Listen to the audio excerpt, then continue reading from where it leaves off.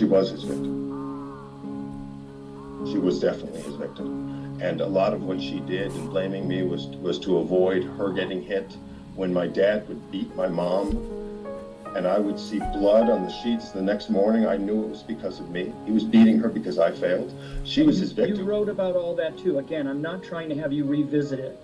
I'm trying to figure out that night why, if you knew that this was happening to your mom, I get the betrayal that she knew and you thought you were protecting her by not telling her, but she knew.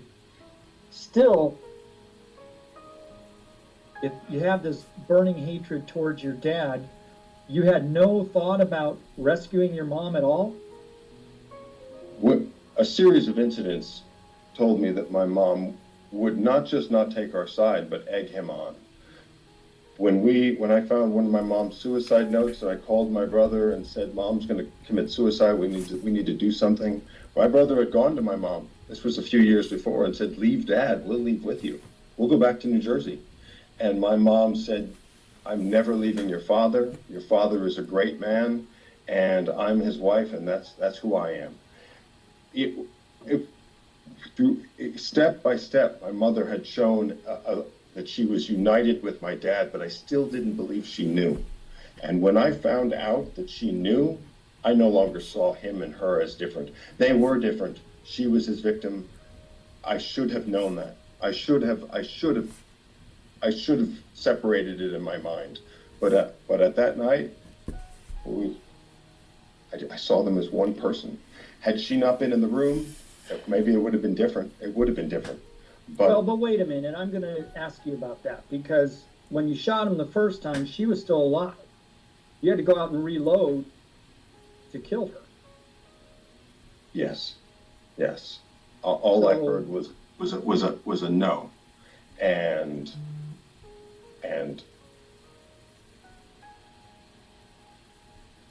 I ran out.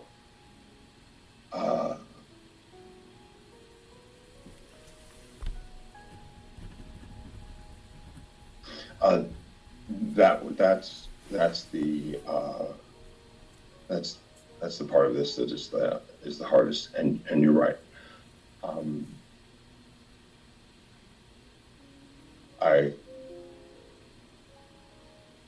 I wish to God I did not do that.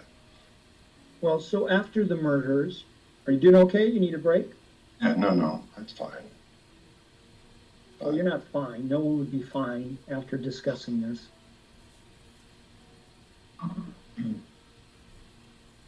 Take some deep breaths. Like I said, don't hold your breath. I don't want you passing out in there.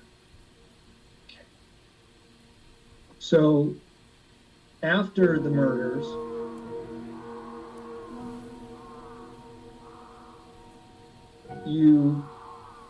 and I've read what you wrote, it wasn't immediate, but then you realized police weren't coming and you were going to figure out a way to cover it up, right? Yes. So,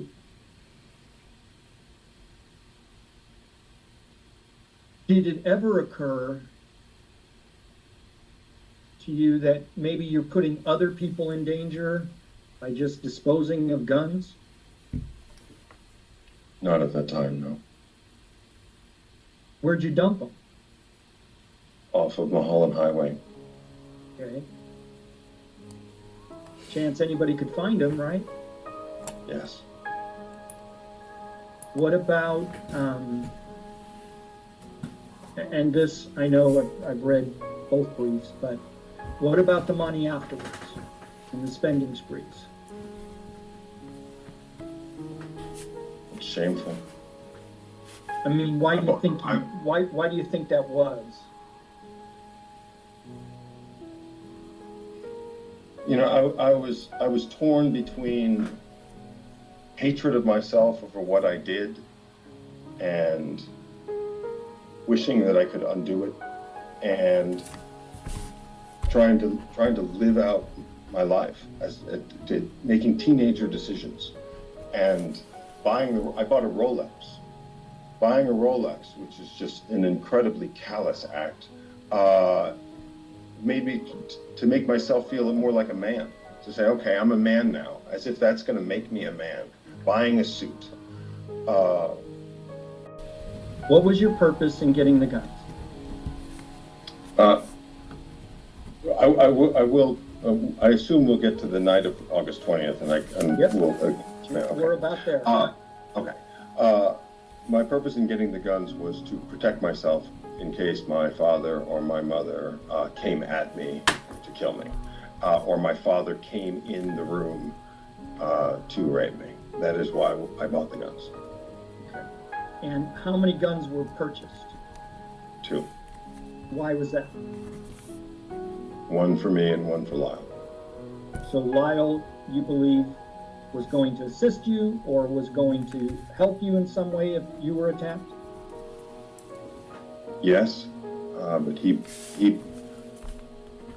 telling Lyle and exposing the family secret, and my dad believing that we were going to go and tell other people, meant that our lives were in extreme danger immediately. So Lyle did not feel comfortable. If I wasn't leaving, he wanted to have a gun. Okay, so why use fake ID to get those guns? It was the ID I had on me. I didn't have an ID. And 2, even if I had an ID, I wouldn't have used it. I wouldn't have used my own driver's license. Why? Because on Friday, we didn't have an intention to kill my parents. And if we buy the guns and I have my ID and I put my address, then paperwork's going to show up at the house. My parents are going to know I went and bought guns on Friday. We were trying to conceal that. Okay, had you bought guns before? No. How do you know paperwork would show up at the house? I'm just assuming that brochures, whatever, will show up at the house. Okay, so you go back home and you see the interaction between your parents and they go in the den. Was it your idea then? Or Lyle's? Who first acted in terms of the violence? Lyle came to the top of the stairs after my dad had ordered me to my room and said he was coming up, and said, it's happening now. But my focus was, Dad's coming to my room. I can't let Dad come to my room. And Lyle said, you understand, it's happening now. And I knew what that meant. We were about to die now. And I told him my gun's in my room. And I ran to my room to get the gun. All I knew is that I got to get to that den. Fear was driving me to that den, and rage. The idea that Dad was going to come to my room, Dad was going to come to my room and rape me that night. That was going to happen, one way or another. If he was alive, or that was going to happen. And so I went and I ran and I got the gun in my room and I went down to the car and I loaded it and I ran into that den before Lyle could, without a discussion, before Lyle. I didn't even wait for Lyle. I knew I had to get to that den. Okay, but again, from an outside objective, I get it, not thinking straight, you have the trauma, all of that, but you do see that there were other choices at that point. I get that, looking back as a healthy individual today, that there were obviously other choices. When I look back at the 18-year-old that I was, and I don't mean to minimize it by saying I was 18, just the person I was then, and what I believed about the world and my parents, running away was inconceivable. Running away meant death. That was never going to happen. It wouldn't matter where I was. My father sent me on tennis trips when I was 12. He didn't think that I was going to tell anybody or run away. He had no fear of that. He had trained me to believe that running away meant death. I knew it. And so at that car, it's logical. I get it. I'm at the car. Why didn't I get in the car and drive away? I understand that question. And you had a shotgun. Right. it was inconceivable to run away. You would have to live my experience to understand that there was no way I was running away. And if my dad exited that den before I got to that den, I was dead. I had never stolen like that before, but I was raised in a family where stealing isn't what was frowned upon. It was Getting caught. getting caught was what was frowned upon. My father prided himself on being able to do anything inside or outside the law and rise above it and profit from it. I was not raised with a moral foundation. To say the opposite, I was raised purposely without the moral foundation that I should not do wrong when I know the difference between right and wrong. I was raised to lie, to cheat, to steal. Steal in a sense, an abstract way. So when I was playing tennis, my father would make sure that I cheated at certain times if he told me to. The idea that there's a right and wrong that I do not cross because it's just a moral bound was not instilled in me as a teenager. So when do you think you learned that? That's been an evolution for me in life. When it came to the burglaries, 10 years later, my wife owned a store called Planet Puppy, and her store. She was burgled. You wrote about it. Yes, and that had a major impact on me. But I was already going along the lines that there is right and wrong. I had begun to believe in God again, and I understood the moral right and wrong. The evolution of me having an internal guardrail that there's just certain things that you don't do has been an evolving process. It's been that my journey in prison has been that process, me finding who I am. And the reason I'm asking you this about who you were at the time is because you wrote at length about what you felt your character defects were at that time, right? Yes. And do you remember what you wrote? I wrote it, my character defects involved a lot of moral failings. I have it listed. I was dishonest, I was angry, I was in a codependent relationship with my brother, I was impulsive, I was entitled, I had extreme negative talking to myself. I would violate the rules if I believed that it would benefit me. I did not trust authority. I didn't trust my relatives. I lived in an isolated household. We were trained to not go outside the household.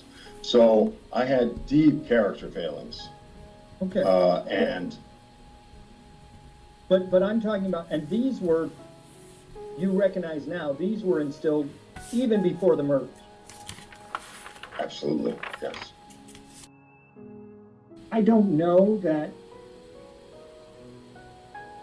what would have occurred if he had tried to stop you or if he had not gone along with it, but we both know that, and you wrote about it extensively, about the codependent relationship between the two of you. And I know your counsel took you through all the healthy boundaries you have at this time, but even that statement about him using cell phones, so you thought it was okay, you're a 50-year-old man at that point.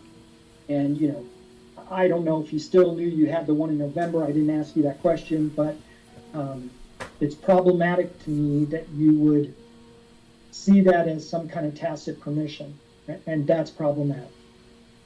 I think you do need to find that independence, and I think that you talk about him being a strong accountability partner in all these other ways, but then again, look at the contradiction. Hard for us to see that when he's condoning this behavior and vice versa. So that was similar to what you exhibited at the time of the crime as well. So at this time, we believe the aggravating factors in terms of institutional adjustment and lack of offender change and the The weight that we are giving, although it's minimal to the static factors, outweigh the factors in mitigation.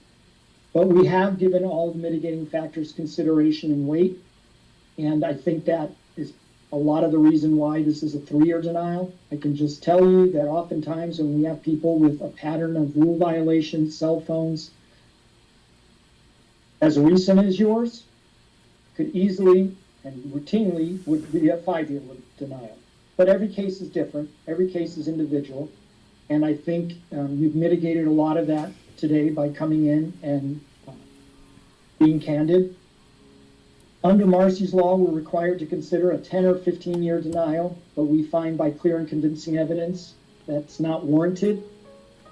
As stated at the beginning, we gave great weight to your youth offender status. At 18, you'd been subjected to abusive environment that was dysfunctional. You had no control over it. You were immature, impulsive in many respects, influenced by negative peers, your older brother's willingness to commit the crime.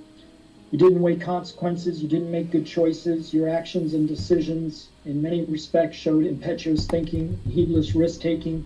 You didn't properly assess the resulting harm of your actions. You lacked the neurological and emotional maturity of an older person. You were not deterred by your prior contact with the justice system due to the burglaries. All of these hallmark features of youth are mitigating of your behavior at the time of the crime and when you first came to prison. And we gave that great weight. But as I said, this decision has more to do with your behavior after your 26th birthday. And indeed, your entrenched criminal thinking and actions well beyond your 26th birthday and up to last year show a lack of growth and maturity, at least in those areas, such that we couldn't give as much weight to growth and maturity as we would have liked. Two things can be true, use your phrase again. You can grow and mature in some ways, but have a lot of blind spots in other areas. It's true of all of us. We can find ourselves progressing in a certain area, but neglecting some other area. And when it comes to rule violations and criminal thinking, that is critical to you demonstrating that offender change. So while it does mitigate your static factors greatly, it has less mitigation on your institutional adjustment and true offender change.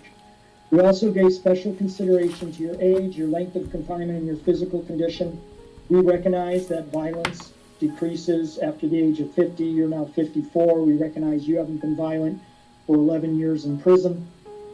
We also recognize that you've served 35 years in prison. All of those things were given special consideration and also carried weight as far as clear and convincing evidence that 15 or 10 years is not warranted. I'm not going to put on the record what your physical ailments are. I know what they are, and we did consider those. And while I understand, and I don't have to say why, but I understand they can be debilitating. We also recognize that you've treated and managed, the initial problem with Crohn's for many years, kidney issues more recently, we recognize. And yet still, as you talked about, you're capable of playing pickleball and doing other physical activities. You're certainly not physically infirm. Nevertheless, we did give that special consideration, as I said, and we did give it weight and mitigation. But the youth offender factors and elderly consideration are not the only mitigating factors, and so when we looked at our discretion to impose a 3, 5, or 7-year denial, in determining the appropriate length, we looked at all the other mitigating factors as well. And we truly believe you have within you what is necessary to achieve parole.